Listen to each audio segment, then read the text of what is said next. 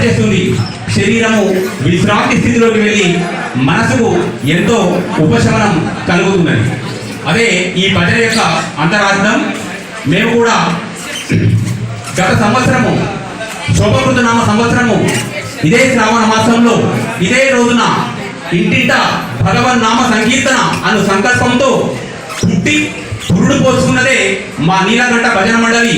అప్పటి నుంచి ఇప్పటి వరకు మా గర్రపల్లి ఆంజనేయులు గారి అధ్యక్షతన మరియు వ్యవస్థాపక అధ్యక్షులు పంజాల శ్రీధర్ గౌడ్ గారి ఆధ్వర్యంలో మేమందరము అనేక దేవాలయాల్లో భజనలు చేశాము.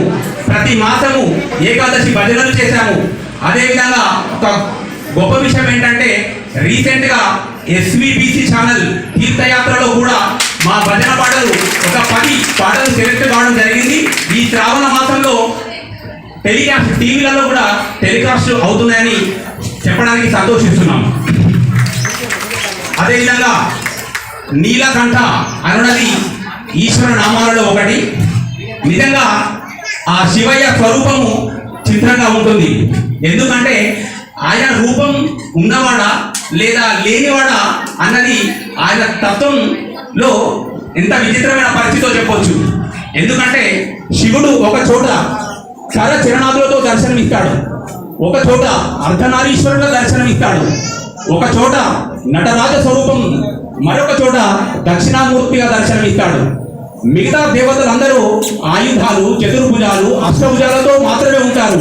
కానీ శివుడు లింగధారి కూడా, శివుడు అశరీరుడు కూడా. ఓకే, లింగములో 2 రకాలుగా ఉంటాయి. పుంలింగం ఉంటుంది, స్త్రీలింగం ఉంటుంది. ఓకేనా? ఆయా లక్షణాలను బట్టి పురుషలింగము, స్త్రీలింగంగా చెప్పవచ్చు. అంతేకాకుండా మా నీలకంఠ భజన మండలిలో పురుషులతో పాటు స్త్రీలు కూడా భజనలో పాల్గొని ఆ భగవంతుని కృపకు పాత్రలవుతున్నారు.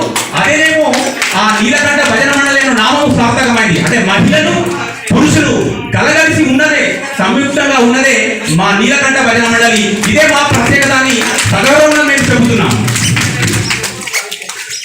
ఇప్పుడు మా గౌరవ అధ్యక్షులు శ్రీ గర్రపల్లి ఆంజనేయులు గారిని సభావేదిక మీదికి రావాల్సిందిగా కోరుతున్నాము. మాకు పెద్దన్న మరియు పెద్ద దిక్కు ఆయనే. ఎందుకంటే ఇంటి నడవాలంటే, ఇంటి గడవాలంటే ఒక యజమాని ఉండాలి. అదేవిధంగా ఎంతో అనుభవం ఉన్నటువంటి మనిషి మా గర్రపల్లి ఆంజనేయులు గారు. ఆయన నాయకత్వంలో సమిష్టిగా మేమందరం కలిసి అనేక భజనలు చేస్తున్నాము. ఇంకా ముందు కూడా ఇది ఆయన ఆధ్వర్యంలో జరగాలని కోరుకుంటున్నాము. సభాధ్యక్షత వహించాలని కోరుతున్నాము. ఇప్పుడే విచ్చేసినటువంటి సీనియర్ కళాకారులు, అదేవిధంగా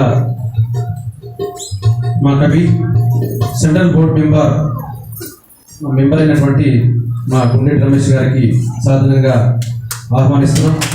వారికి కూడా సాధారణంగా ఆహ్వానిస్తూ ఈ యొక్క కార్యక్రమానికి మేము పిలువగానే అందరూ ఇచ్చేసి ఈ కార్యక్రమాన్ని విజయవంతం చేయడానికి సహకరించినటువంటి కళాకారులందరికీ కూడా శ్రీ నీలకంఠ భజన మండలి పక్షాన అందరికీ ప్రత్యేకమైన ధన్యవాదాలు తెలియజేసుకుంటూ తదుపరి పుస్తక ఆవిష్కరణ కార్యక్రమం ఉంటుంది. సభాధ్యక్షత శ్రీ గర్రపల్లి ఆంజనేయులు గారిని